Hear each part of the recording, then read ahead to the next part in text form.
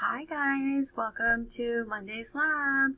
I am currently on the home page and I'm just clicking on today's assignment. If you prefer to watch the video, please continue to watch as I go over what's happening for this discussion. There's quite a few steps on this discussion titled Week 10 Monday Lab, Writing Down the Bones and Your Animal Growl. So first you're going to read and annotate, actively read and annotate the story Be an Animal by Goldberg. So you're going to open up your textbook, Writing Down the Bones, and you're going to open up to Be an Animal. So let me do that right now so you can see what I mean. Okay, I have my mini book here. I'm just opening up to Be an Animal. Okay, so I am on Be an Animal, so let me amend our actual discussion real quick. I'm going to click on Edit, and I am going to ask you to read and annotate the story Be an Animal. Read and perform talking to the text with the story Be an Animal. So again, what I'm asking you to do is I'm asking you to read your story Be an Animal and also talk to the text. Talking to the text, remember, is when you are actually writing on it and responding to it. You're engaging in a conversation with the text as though it was a person. And so I've done that in class at least one time. Hopefully we'll have done it today as well on Monday. And then you are going to write down 3 paragraphs on this discussion. And so we'll start with the first paragraph. Paragraph 1 is, what kind of animal are you in life? How do you navigate life? Be specific. But before you write, go here and check out some animals. So we'll just go to our link. Let me save it here for you.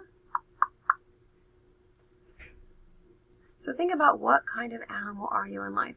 Are you shy? Do you like to bury yourself in the sand like an ostrich? Bury a hole and put your head in the sand. Are you a fox? Do you like to, sneak around like a fox? Are you a snake? Do you slither and kind of wrap yourself around trees? What kind of animal are you in life? So you can click on this link here. So there's just lots of different animals. I'm going to click on badger because we call my daughter a honey badger. And many of you are familiar with honey badgers, and that video, the honey badger video that kind of went viral. It says, badgers are found living in the forests of Europe and Western Asia, scavenging for roots and berries, as well as worms and insects. Amazingly, badgers can run up to 30 miles an hour for short periods of time and have been known to successfully fight off bigger mammals such as wolves, coyotes, and bears. So I would say my daughter's the little honey badger. She's pretty wild and strong for being a tiny little thing. So again, what kind of animal are you? You're just kind of playing around with that paragraph. Let us know what kind of animal you are and why. Explain to us why you are a bear or a cheetah or a snake. Remember, just play and have fun with that. The next paragraph, you're going to go here and you're going to take this quiz. You're going to do the animal quiz and then see what kind of animal the quiz says that you are. And you can start the test here.